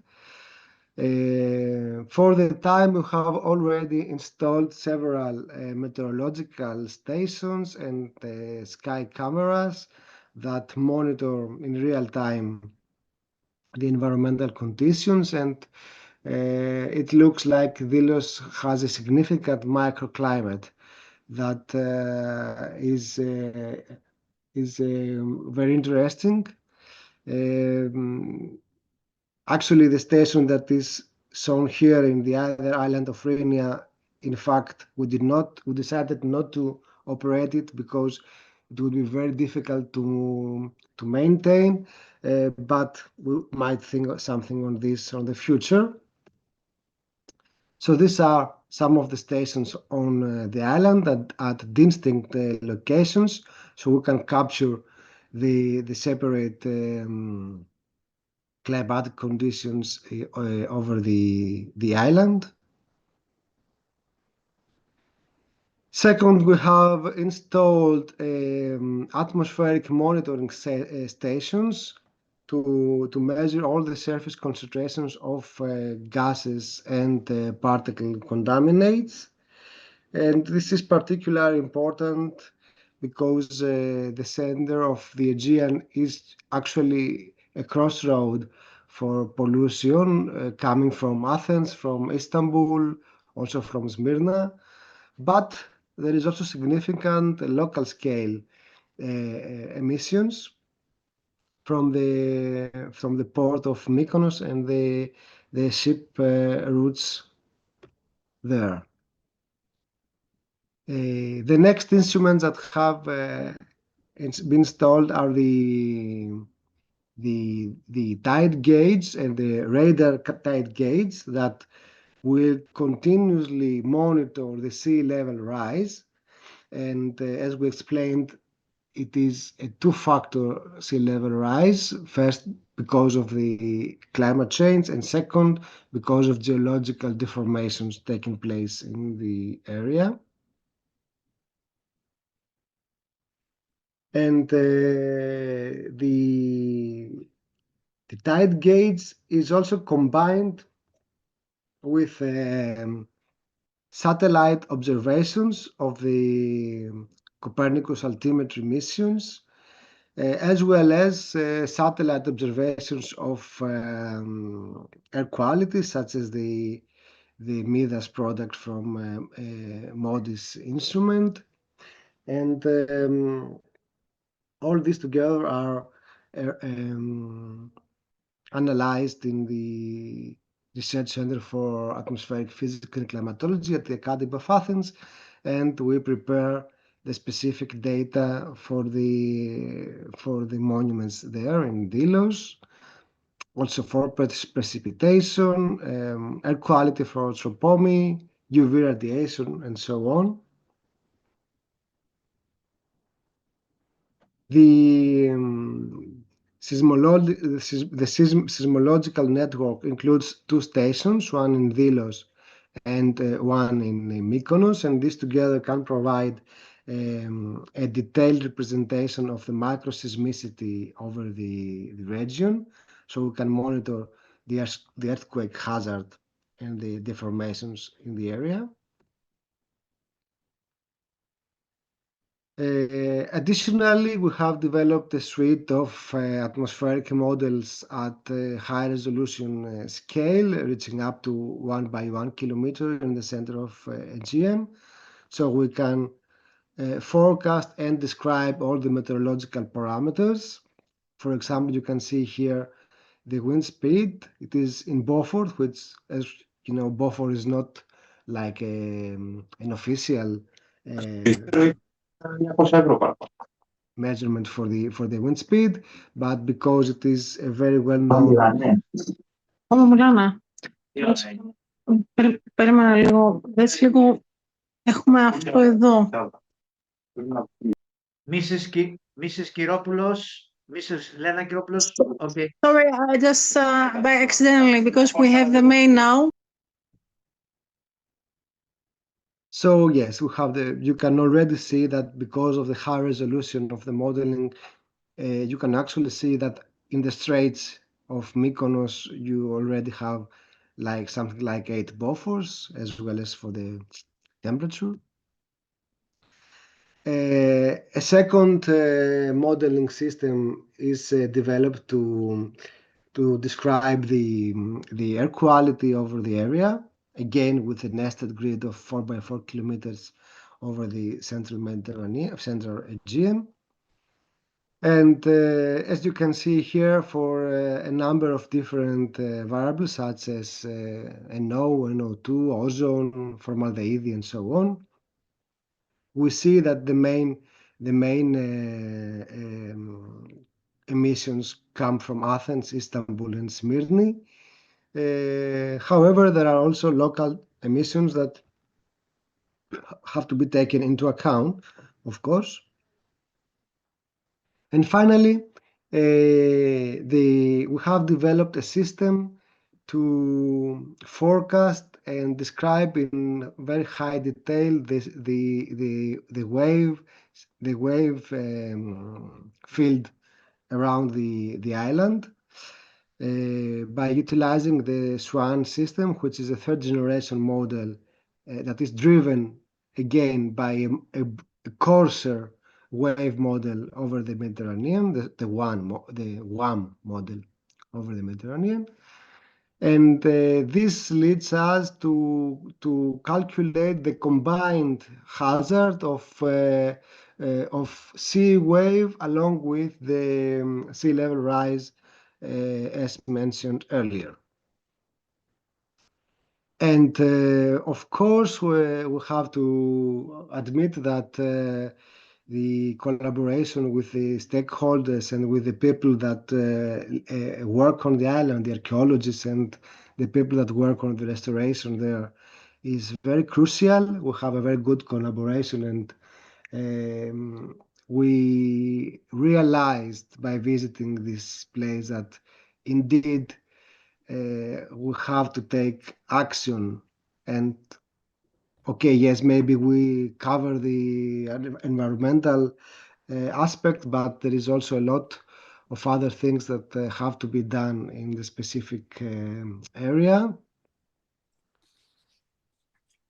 And of course, through our networks, we try to disseminate this activity and think of ideas how this could be transferred also to other monuments in Greece and perhaps elsewhere. And we continue with presentations in schools and in international fora and so on. We have to say that this is a very kind contribution of Pρωτοβουλία 21 for the funding of this activity. We would like to thank you for the attention, and we would like to welcome you to any of our forthcoming events regarding this mission, and why not your help also. Thank you very much. Thank you very much, Mr. Solomos. I strongly believe, and we all believe, that the protection of our heritage is a top priority for our generation in order to hand it down to the future generation our cultural heritage, and of course has a great impact to our economy, to our tourism, and to all the society of Greece and the identity of Greece all over the world. Do we have any questions to Mr. Solomos about his presentation? I think that finally, Professor Nectarios Nasikas, okay, he's here, Professor. Yes. Professor Nectarios Nasikas, he's a professor from the Department of Military Science in the Hellenic Army Academy, and he was awarded his PhD in Material Science from the University of Patras in a collaboration with the Department of Chemical Engineering of the University of California. And we are here for your presentation about how to minimize the negative economic consequences of countries undergone war conflict by utilizing circular economy principles. So, Thank you very much for this kind introduction. Since I am the last speaker, I'm the only barrier between you and finishing up this very interesting day. So I will try and be as brief as I can without losing the essence of my presentation. I will try to share my presentation. I hope. Okay, I hope we can do it.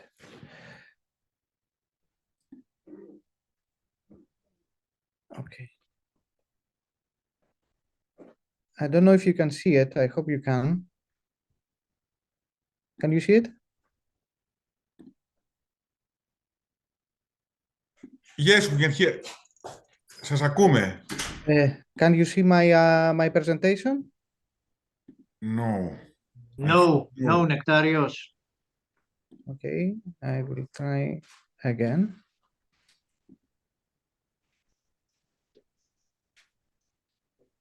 Huh. Can I try to log out and log in again? We can upload your presentation, and Okay. by saying next slide, we can move on. Perfect.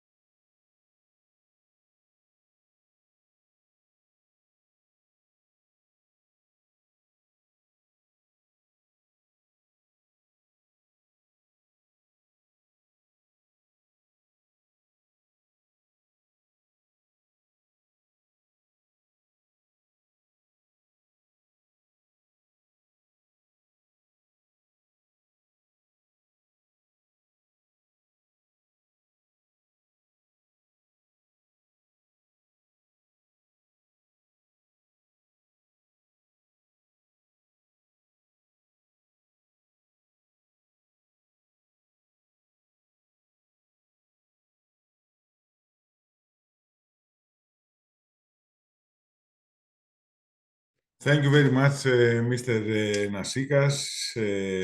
Since our generation lives many wars in Ukraine, in Israel, etc., it was very useful to hear and have an opinion about how you can minimize the negative economy consequence due to war. And it was very useful also to have the information how we reduce the negative impact on the trade balance for some countries that are involved, and also how we can create an internal demand for industries that will undertake this effort. As much I don't know if you have for this presentation any question. We already have a question from Mr. Gavalas Panos, and I'm going to read the question. In light of the recent findings regarding microplastics detected in surface and groundwater bodies in Southeast Attica, Greece, how can in silico models be utilized to predict the environment and health impacts of these microplastics? Additionally, what role do you see for these models in guiding regulatory policies to mitigate the effects of microplastic pollutions? Maybe Mr. Mouzakis is here in order to answer this. No, he's not. He's not. This relates to Mrs. Melagraki. Okay. Maybe it's for Mrs. Melagraki. Mrs. Melagraki. Yes, hello, I'm here. Can you hear me? Yes, I can hear you. There is a question for you. Do you hear the question? Yes, I think I heard About most of it. microplastics. Yeah, yes. So yes, actually, my presentation was mainly related to PFAS, but in general, in silico models can be used in addressing the risk assessment of all kinds of chemicals and materials, provided that we have data available and we have access to those data, and these data are of high quality. So I would highlight the main issue being data availability, data quality, and access in order to initiate such an in silico study on microplastics also. So given that the data are available, yeah, the answer is yes. We have the methods, the algorithms, the tools to build such models in order to give a better insight on the risk assessment of chemicals and materials, both from the exposure part as well as the impact part of the risk assessment. And then for the second part of the question, if I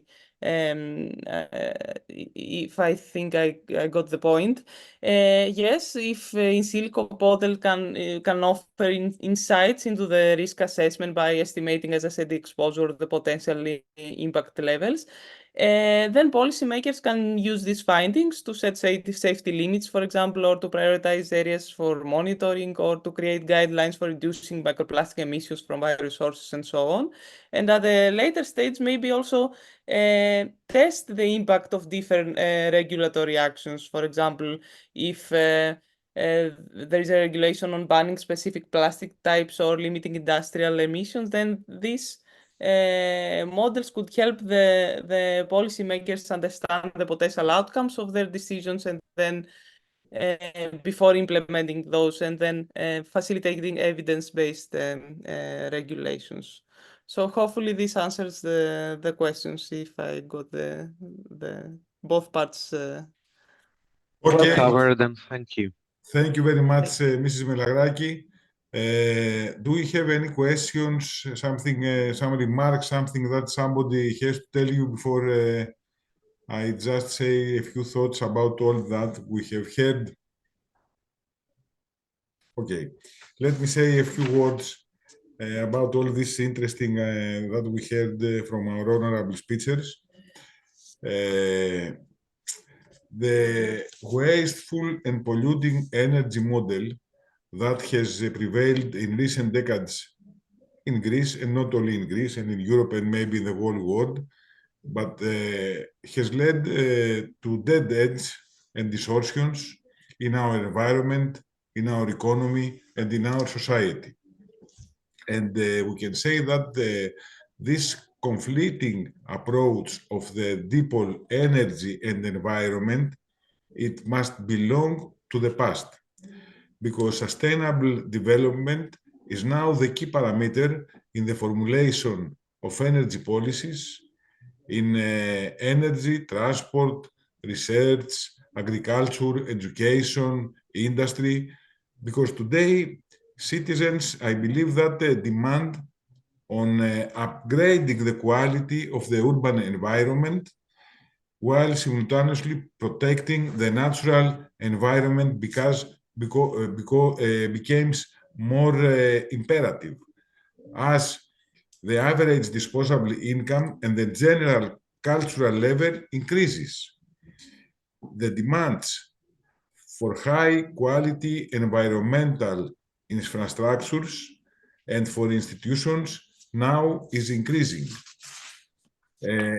We can say that there are no magic solutions.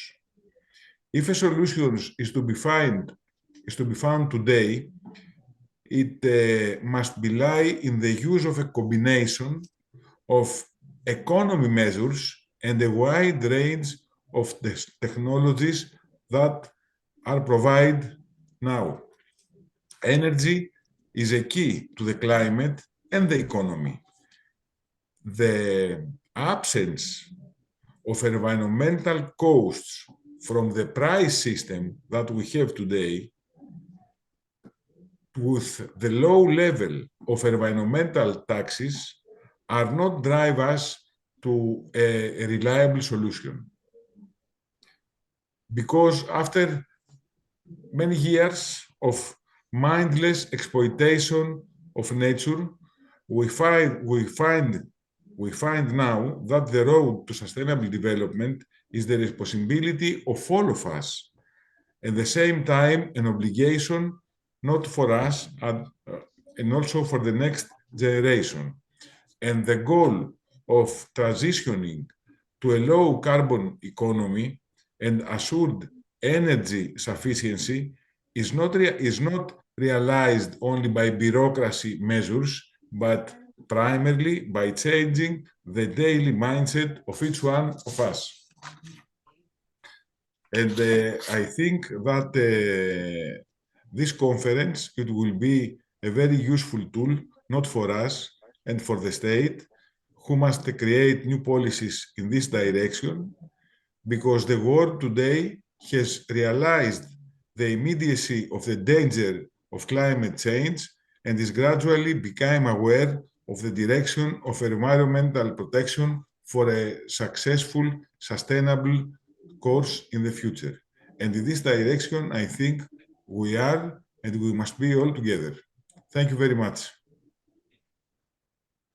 Thank you very much, Mr. Dimopoulos, for your very insightful and substantial job you did today as a moderator. I would like to thank all the 21 speakers and all the moderators for their great job. I would like to remind that the Athens Calls Athens Conferences is a forum that aiming to promote the interaction between universities, researchers, and other scientific bodies. The knowledge is here and there. The only thing we need to do is just try to find it. The best practices are here. They exist.